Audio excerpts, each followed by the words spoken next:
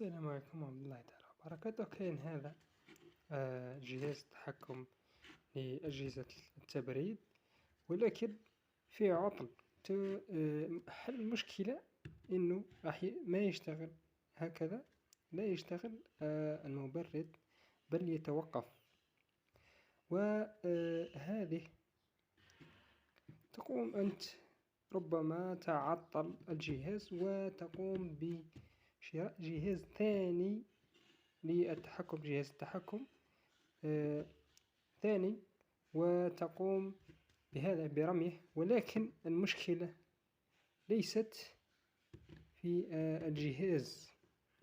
أين قمت بإحضار جهاز آخر،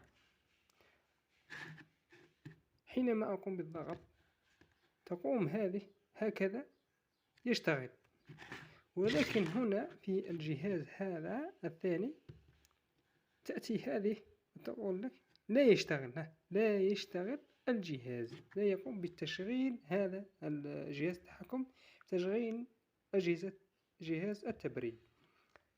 هناك فقمت بالتجربة طبعا تغيير، فقمت بفك هذا الجهاز ولم أجد فيه عطل داخل إلكتروني، لا أجد فيه. نظفته أيضا من الرواسب أو بين قوسين الكالكيل، هي مادة تفرزها البطاريات في المسارات الإلكترونية. طبعا هذا أيضا قمت بتنظيفه ثانيا بمنظف عادي جدا، وهذا يشتغل. انظر كيف أقوم تغيير البطارية. اكتشفت بأن العطل بطاريات فقط، لا يوجد أي عطل إلكتروني. هذا الذي يعمل، هذا الذي يعمل جيدا، وهذا هو المتعطل.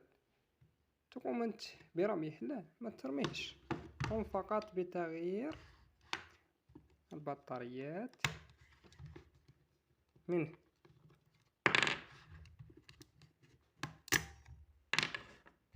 هذا الذي كان لا يعمل وهذا كان يعمل. بمجرد وضع بطاريات جديدة أو هنا هو الآن حتى ترون شيء، هذا الآن صار يعمل.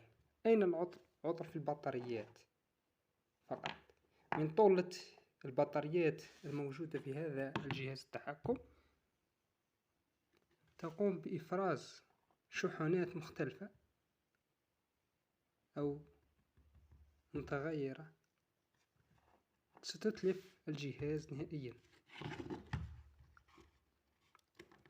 حينما أقوم بنزعه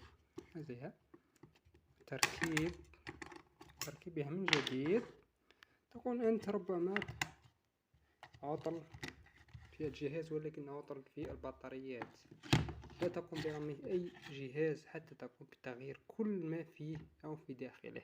هنا كما ترون تأتي من جديد، هنا تأتي من جديد. العطل أين؟ العطل في البطاريات.